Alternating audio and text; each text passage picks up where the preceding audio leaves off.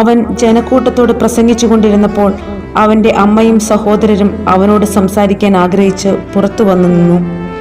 ഒരുവൻ അവനോട് പറഞ്ഞു, നിന്റെ അമ്മയും സഹോദരരും നിന്നോട് സംസാരിക്കാൻ ആഗ്രഹിച്ച് പുറത്തു നിൽക്കുന്നു. യേശു അവനോട് പറഞ്ഞു, ആരാണ് എൻ്റെ അമ്മ, ആരാണ് എൻ്റെ സഹോദരൻ?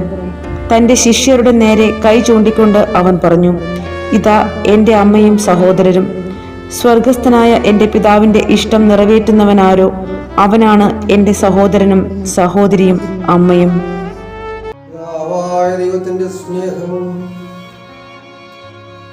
ഏകജാതന്റെ കൃപയും പരിശുദ്ധ റൂഹായുടെ സർവ്വവാസം സഹോദരങ്ങളെ നിങ്ങളെല്ലാവരും കൂടെ എന്നേക്കും ഉണ്ടായിരിക്കട്ടെ.